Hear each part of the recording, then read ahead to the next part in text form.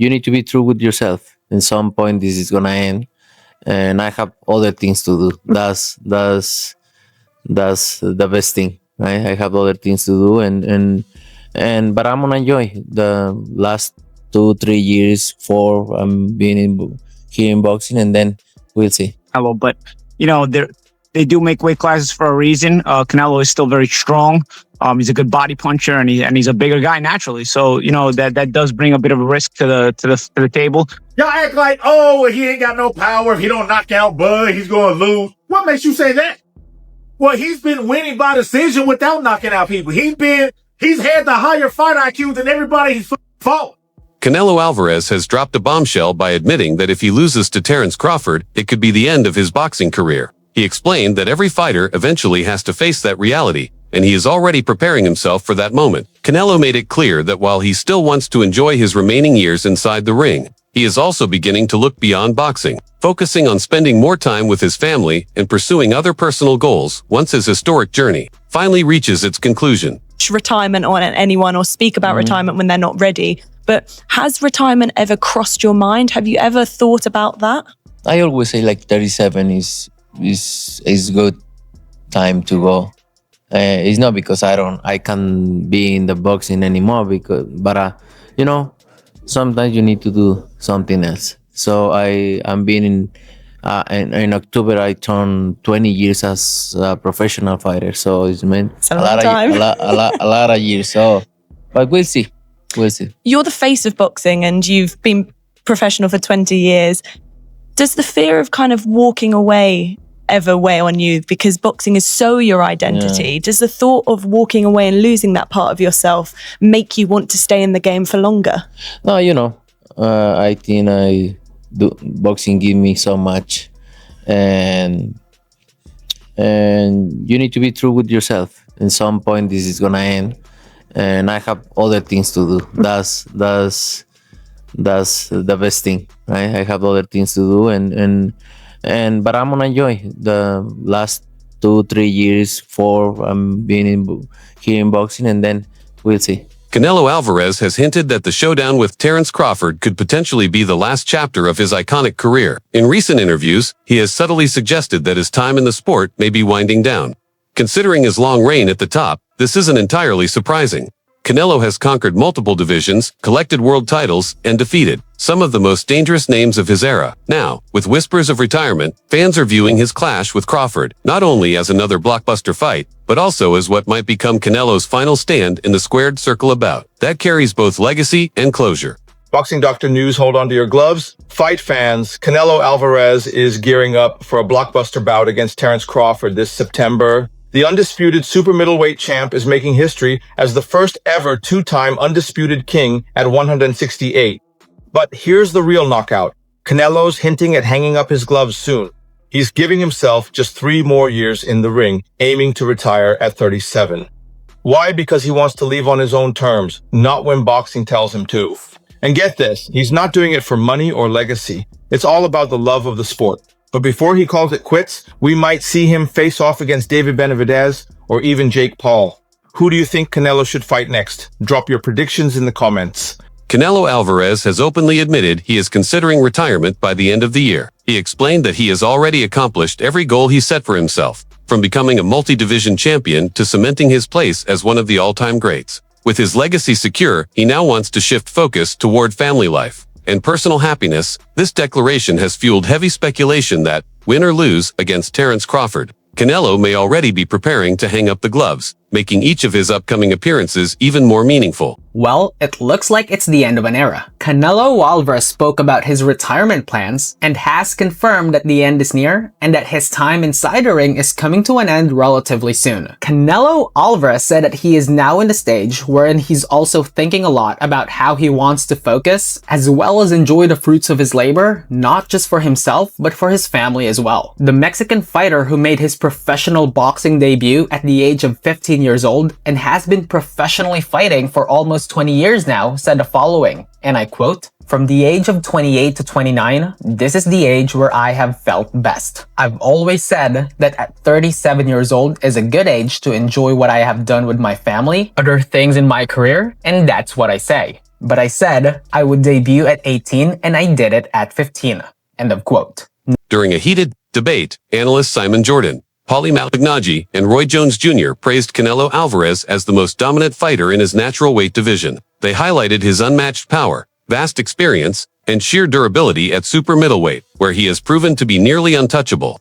The panel emphasized that weight and size could play a decisive role against Terence Crawford, who is moving up in class to face him, while acknowledging Crawford's exceptional skill set and ability to adapt.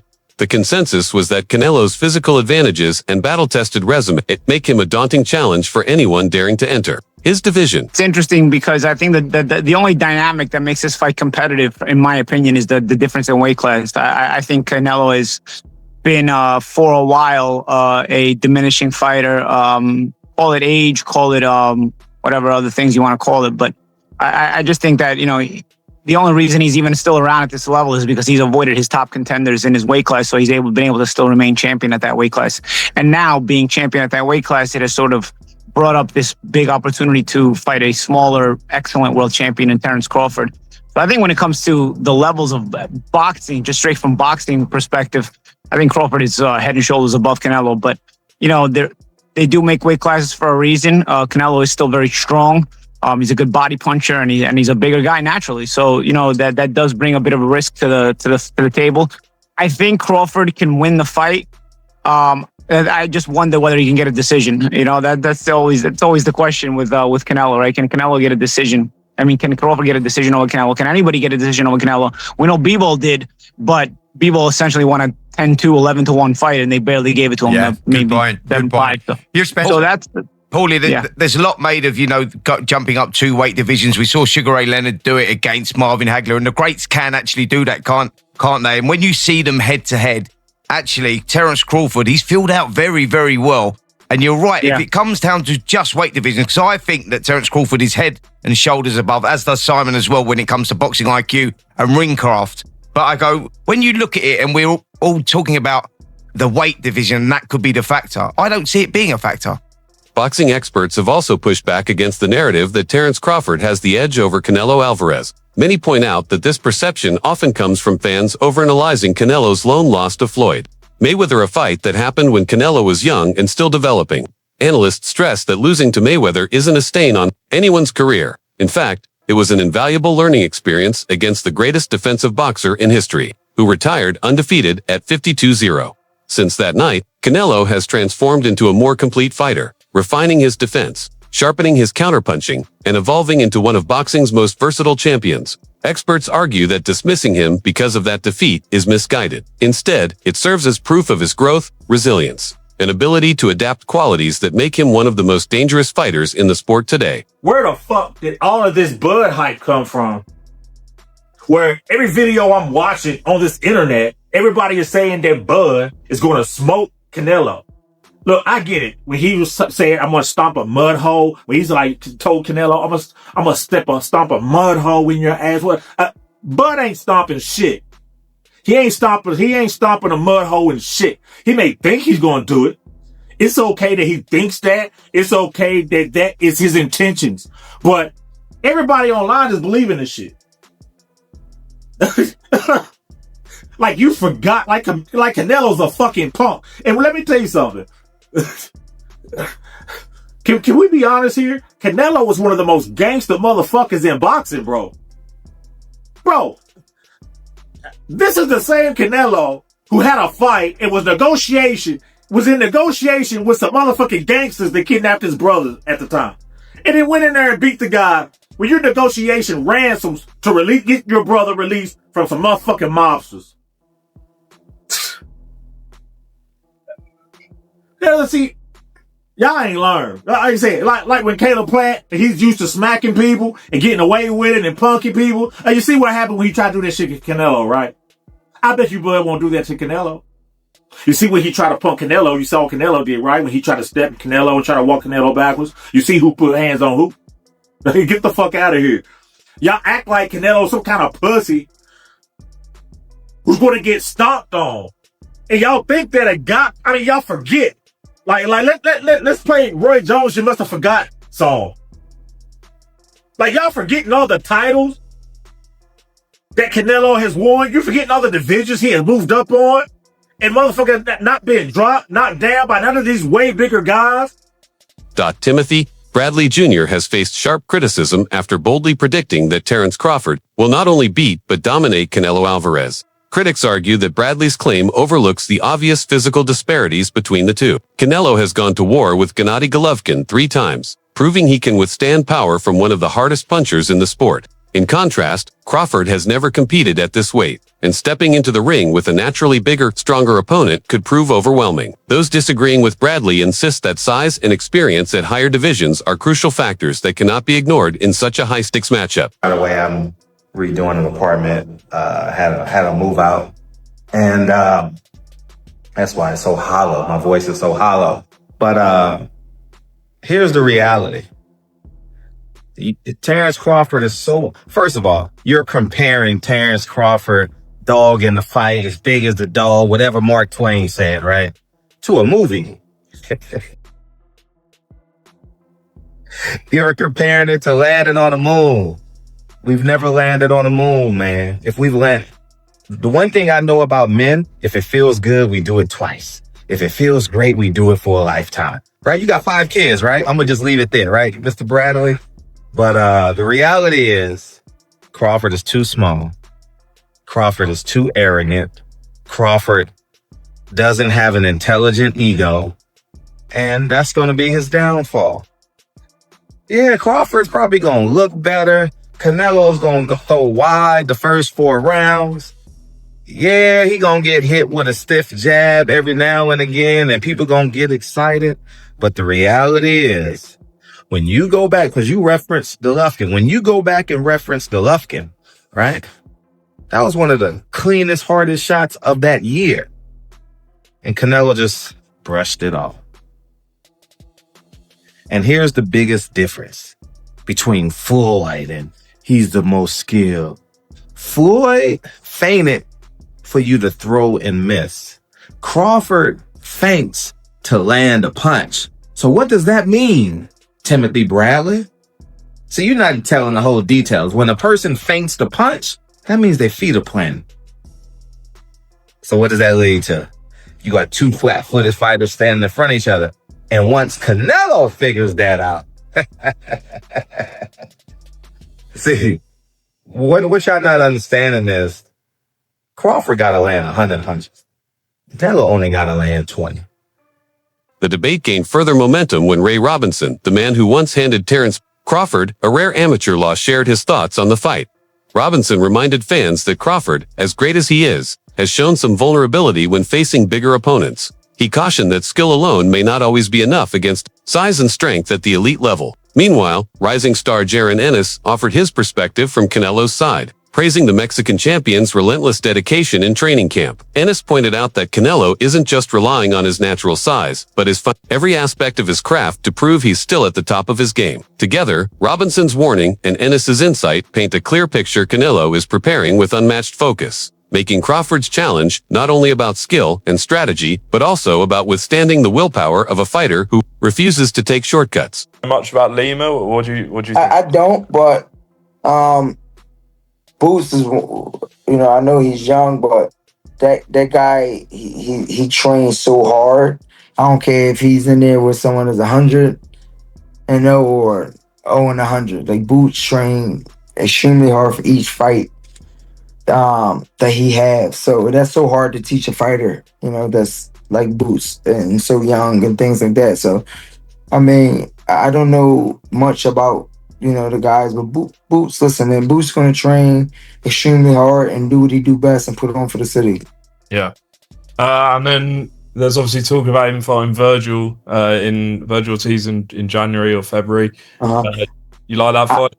Yeah, listen, I'm going to be honest, and it's not because I'm from Philly, but I pick Boots over all these guys, man. Boots is just, like I said, man, Boots is just cut from a different cloth. I just think Boots got it all. He's a total package. Fighter, his, how smart he is in there, his skill level, the way he see things and stuff like that. And Boots is the type of fighter, if he gets you hurt, he's gonna get you out of there. So he got the killer instinct. So yeah, definitely, I'm a ride with Boots all day long. And just on his dad and trainer, Bozy Ennis, obviously he trained you. Yeah. Do you think he's a bit underrated as a coach? I mean, look at I do, man. I mean, yeah, 100%, man. I think, you gotta think about it, man. He raised champions. You know, you got Boots, you got Boots brothers. You know, they all won belts. You know, Bozy is a insane trainer, man. They all so smart and they all fight so many different ways. So yeah, man, I think, you know, Bozy, man, all them guys deserve more credit than what they get, you know what I mean? But you got someone behind the computer talking. Popular commentator Showbiz, the adult, has added his voice to the mix, pointing out that Terence Crawford appears to be in peak physical condition ahead of the fight. According to him, Crawford's strength, speed, and overall conditioning have never looked better, which could allow him to perform at his absolute best, despite the size difference. This observation adds an intriguing layer to the matchup, as it suggests Crawford's physical prime might give him the tools to push Canelo harder than many expect, raising the stakes for what could turn into one of boxing's most fascinating battles. I'm this close.